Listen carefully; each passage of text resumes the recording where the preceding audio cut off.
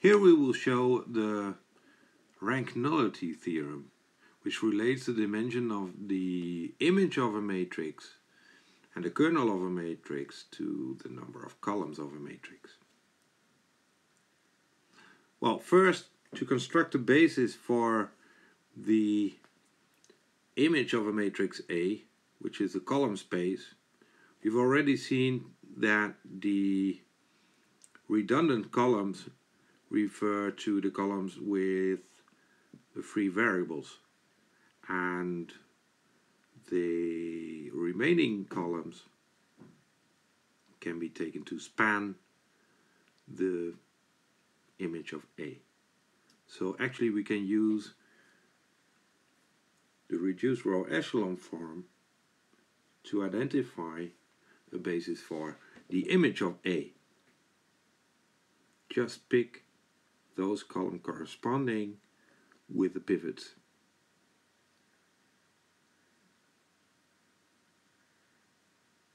So actually what we've seen,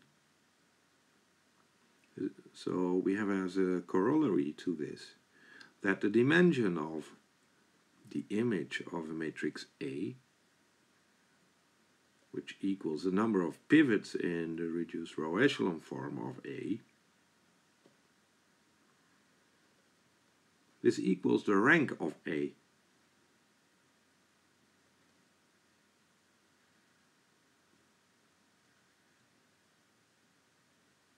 Now recall that the dimension of the kernel of A,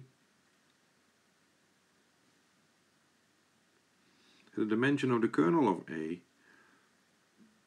is just the number of free variables in the reduced row echelon form of A.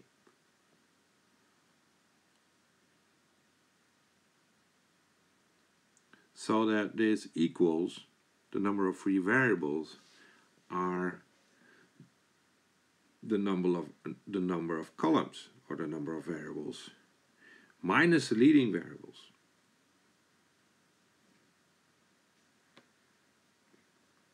So, which is actually the number of columns minus the number of pivots, or m minus the rank of A, or m minus the dimension of the image of A.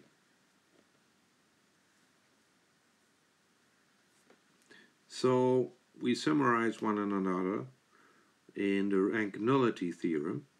Well, the nullity is just the dimension of the kernel, and we see that actually the rank of a matrix plus the nullity of the matrix equals the number of columns of the matrix. So for any n times m matrix A, so a matrix with dimensions with n rows and m columns A, we have that the dimension of the kernel of A